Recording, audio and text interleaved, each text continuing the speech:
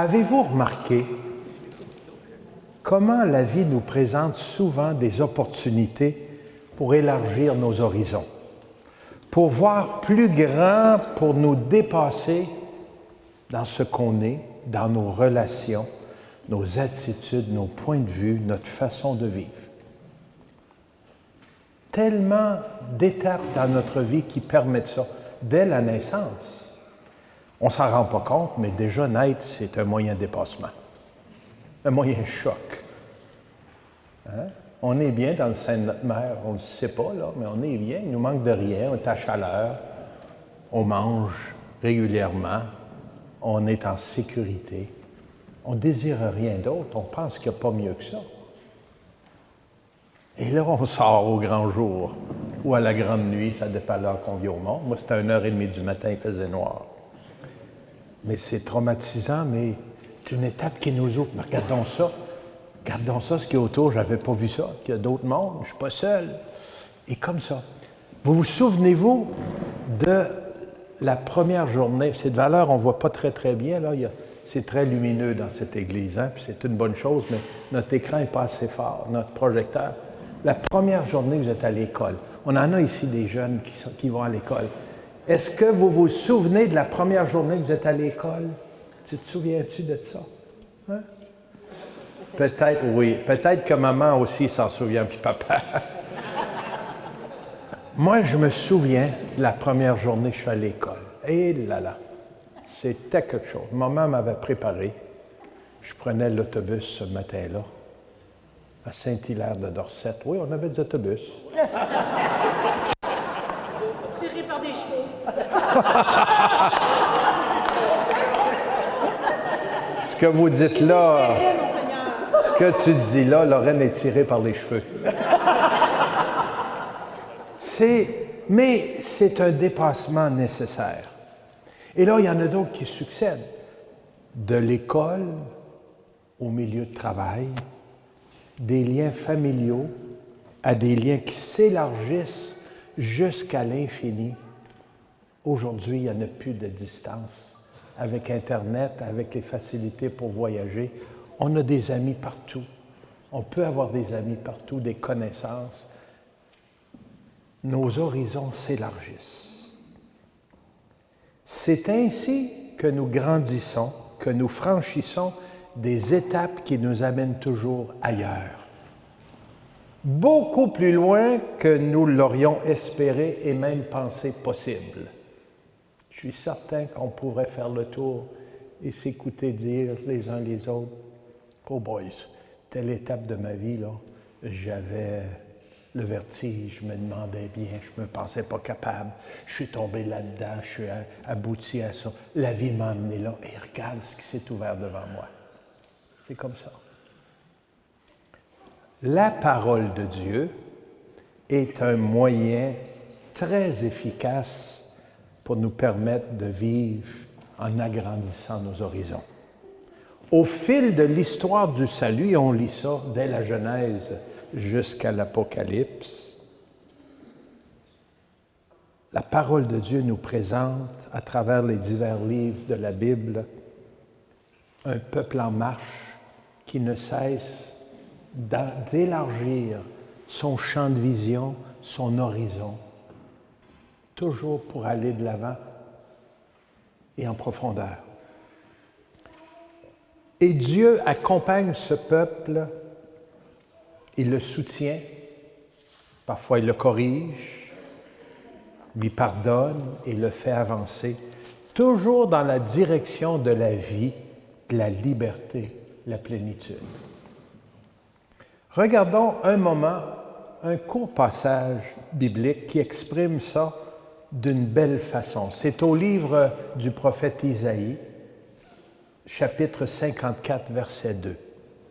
« Élargis l'espace de ta tente, déploie sans hésiter la toile de ta demeure, allonge tes cordages, renforce tes piquets. » S'il y en a qui ont fait du camping ici, vous comprenez ça très, très bien. Hein?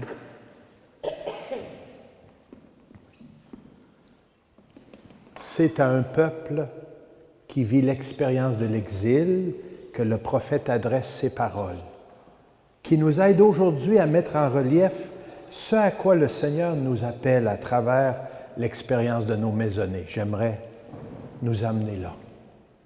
La parole du prophète rappelle au peuple exilé l'expérience vécue dans son histoire, la traversée du désert, l'exode, la traversée du désert, lorsqu'il vivait sous des tentes. C'est comme ça qu'il se promenait dans le désert. Prend des tentes. Le prophète leur annonce le retour au pays qui est un signe de grande joie et d'espérance. Il leur dit, élargis l'espace de ta tente, déploie sans hésiter la toile de ta demeure. Pour se préparer, il est nécessaire d'agrandir la tente. Faire de la place parce qu'il s'en vient quelque chose de plus grand. Le salut, la vie nouvelle que nous offre Dieu, et on va le voir encore davantage avec Jésus, s'ouvre à toute l'humanité. Ce n'est pas juste pour notre petit peuple qui est en marche. La promesse de Dieu, l'amour, la fidélité de Dieu, ce n'est pas juste pour nous autres. Il faut voir grand. Élargis l'espace. Fais de la place. Pour se préparer, il est nécessaire d'agrandir la tente. En agissant sur les trois éléments de sa structure. Les premiers sont les toiles, qui protègent du soleil, du vent, de la pluie, des tempêtes de sable, délimitant un espace de vie et de convivialité. Il faut les déployer afin qu'elles puissent également protéger ceux et celles qui sont encore en dehors, mais qui se sentent appelés à y entrer. Fais de la place. Parce qu'il y en a en dehors qui n'ont pas cette protection et qui n'ont pas de place. Peut-être qu'ils vont avoir le goût d'entrer dans ta tente. Prépare ça. Oui, mais c'est assez pour nous autres. On est correct avec ça, là, nous autres. On a pour ce qu'on a de besoin. Oui, mais ouvre, regarde plus loin, il y en a dehors qui n'ont pas de place. Agrandis ta tente.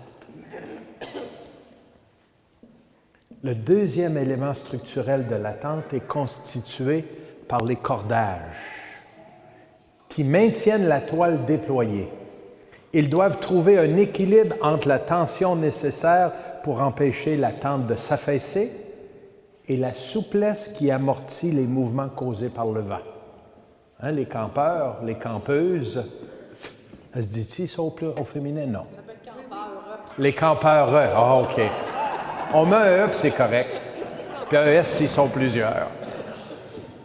On comprend ça. Monter une tente, là, mets ça trop raide, puis ça ne fait pas. Mets ça trop mou, puis ça s'affaisse. Hein? Enfin, le troisième élément est constitué par les piquets qui ancrent la structure au sol et assurent sa solidité, mais reste capable de se déplacer lorsque la tente doit être montée ailleurs. Une tente, ça ne se monte pas avec des pieux. Les pieux, là, ça creuse, puis je te dis que c'est profond, puis c'est solide. On peut bâtir des maisons sur des pieux, parce que c'est stable. Nous autres, là, Isaïe, il dit ça au peuple de Dieu, on n'est pas fait pour rester une place. On est des nomades. On se fait déplacer. On déménage, on va plus loin, on est en marche, on est un peuple en marche.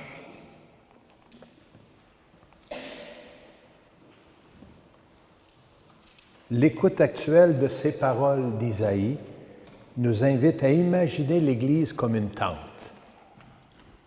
ou plutôt comme l'attente de la rencontre, qui a accompagné le peuple dans sa traversée du désert. Elle est donc appelée à s'étendre, mais aussi à se déplacer. La grande majorité de nos maisonnées ne se rencontrent pas dans une église comme ici. la petite communauté qu'est la maisonnée s'est déplacée ailleurs, dans vos maisons, pour la plupart, devant vos écrans d'ordinateur. On est ailleurs, on s'est laissé déplacer. Puis c'est une bonne chose. Si on est installé sur des pieux, on ne peut pas prendre la tente puis s'en aller ailleurs. On dit « Ah non, ça a toujours été ici, puis on ne fait pas rien en dehors de ce lieu-là. Regarde ça, c'est beau. » Non, nous autres, en dehors de l'Église, là, c'est ces murs-là. L'Église d'aujourd'hui, le peuple de Dieu aujourd'hui, doit, comme le peuple de Dieu à cette époque-là, comprendre qu'il est appelé à se déplacer. Ça ne veut pas dire qu'on ne vient pas ici, là, et que ça n'a pas de valeur, au contraire. Mais on est appelé aussi à être assez souple pour élargir notre tente et aller là où l'Esprit nous pousse. Et son centre, c'est la parole de Dieu, c'est-à-dire la présence du Seigneur dans sa parole, au milieu de notre tente, de notre Église, de notre communauté, de notre maisonnée. La fixation de la tente est assurée par la solidité de ses piquets, c'est-à-dire les fondements de la foi, qui ne changent pas, mais qui peuvent être déplacés et plantés dans un terrain nouveau, afin que la tente puisse accompagner le peuple dans sa marche à travers l'histoire. Les fils se connectent-tu un peu, là, entre Isaïe, il y a des milliers d'années, et nous autres aujourd'hui? Voyez-vous que le Seigneur est en train de nous déplacer, mais enracinés dans la foi, dans la parole. La situation que nous vivons à ce moment de notre histoire nous pousse à nous déplacer, pas juste physiquement, intérieurement. Le Seigneur nous amène ailleurs pour qu'on puisse marcher avec le peuple de Dieu et en route les attirer à notre marche.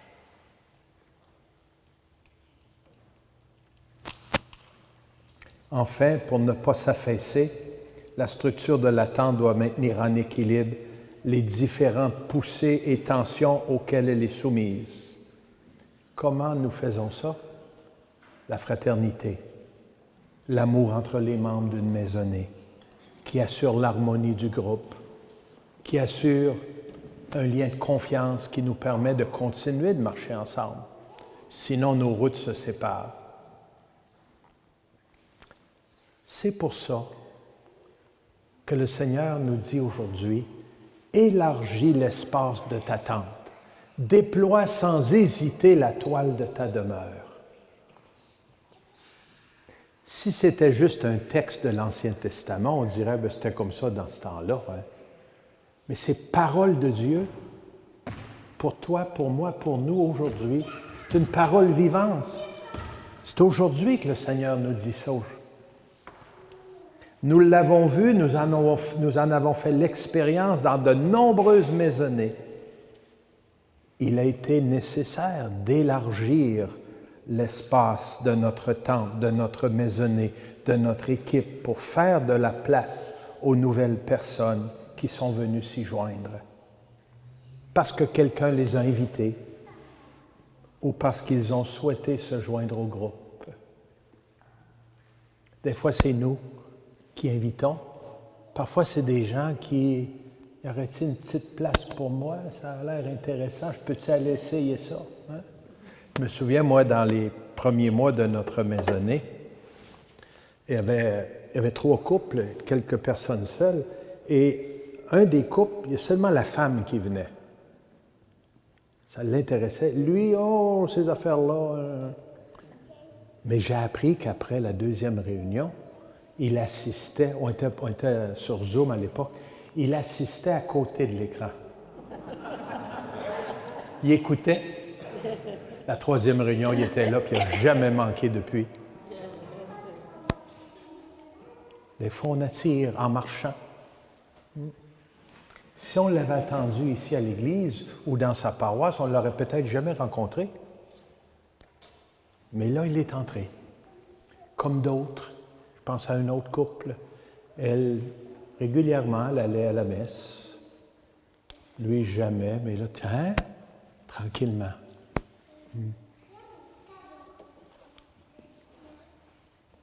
Élargis l'espace de notre tente.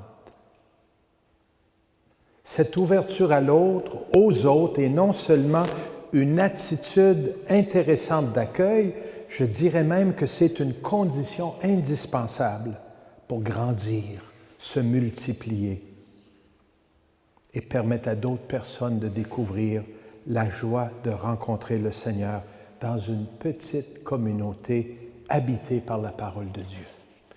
C'est un cadeau pour nous, mais c'est un cadeau qu'on partage avec d'autres. Élargis l'espace de ta tente. Déploie sans hésiter la toile de ta demeure. Dis-toi ça dans ta maisonnée. Accueillir de nouvelles personnes sous notre tente, dans notre maisonnée, représente un certain nombre de défis. Ils sont surmontables si nous sommes habités par un esprit missionnaire, désireux de partager avec d'autres la joie de croire, la joie de la fraternité que nous vivons dans notre maisonnée. Après un certain temps, et vous avez peut-être déjà vécu ça, une maisonnée en arrive à un beau climat de confiance, de partage. On se connaît un peu plus, on s'ouvre un peu plus, on sait qu'on peut se dire qu'on va être accueilli, écouté, non jugé. C'est une bonne chose. Toutefois, une cellule qui ne se reproduit pas finit par s'ankyloser et mourir. C'est inscrit dans la nature, ça. Pour survivre, il faut se reproduire, passer le flambeau de la vie à d'autres.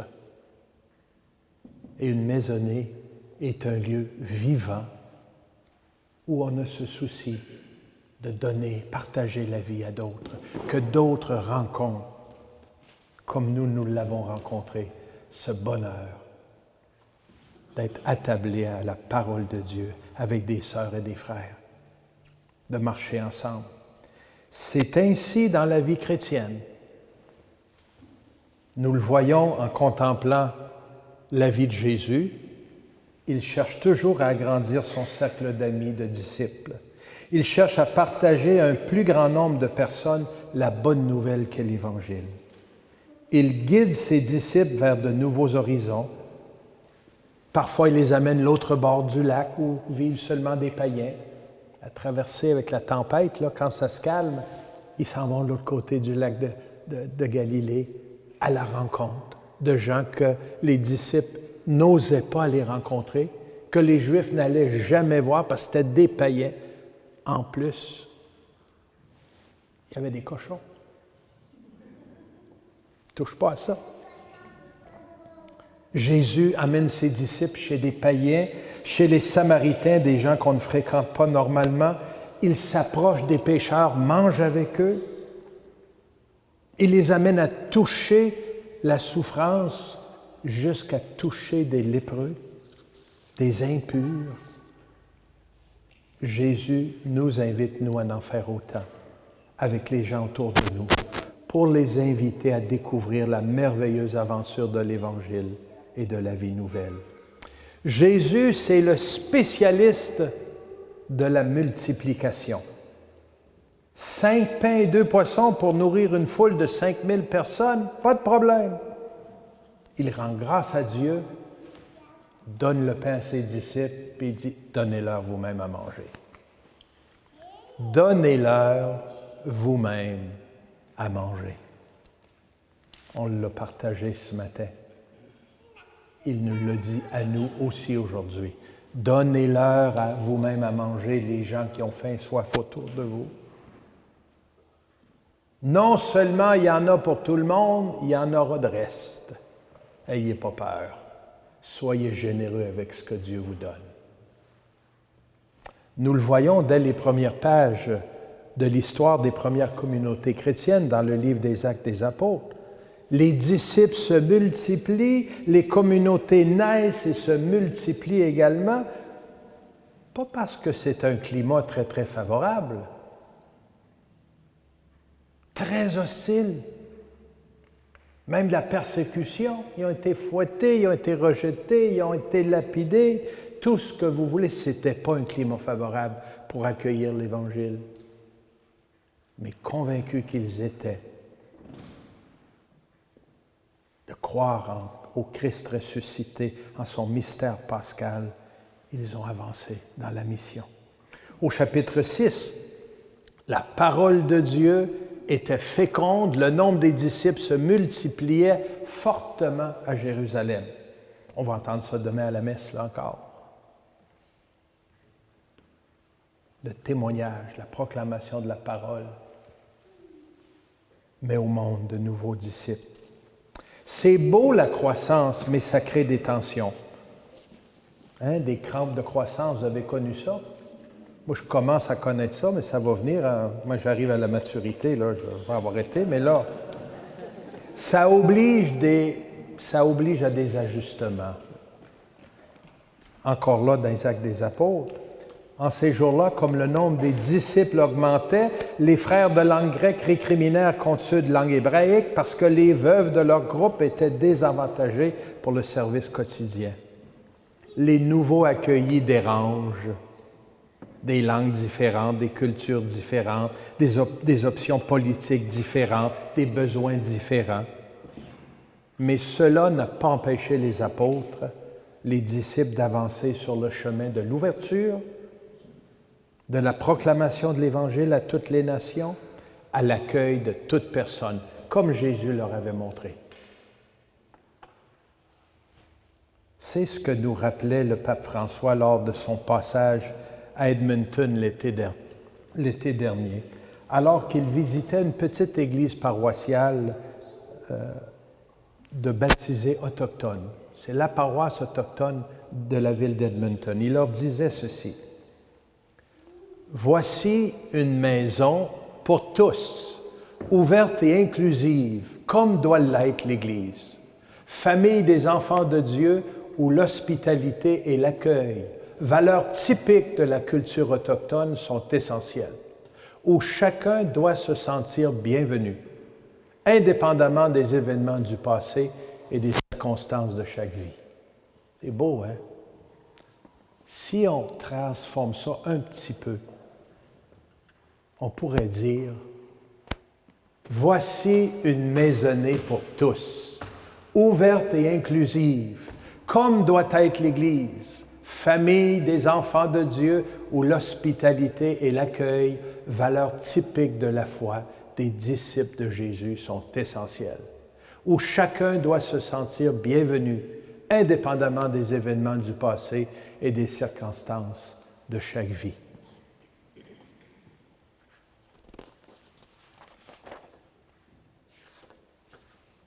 Une phrase de Jésus résonne souvent en moi et m'interpelle dans ma façon d'être et d'agir et de réagir.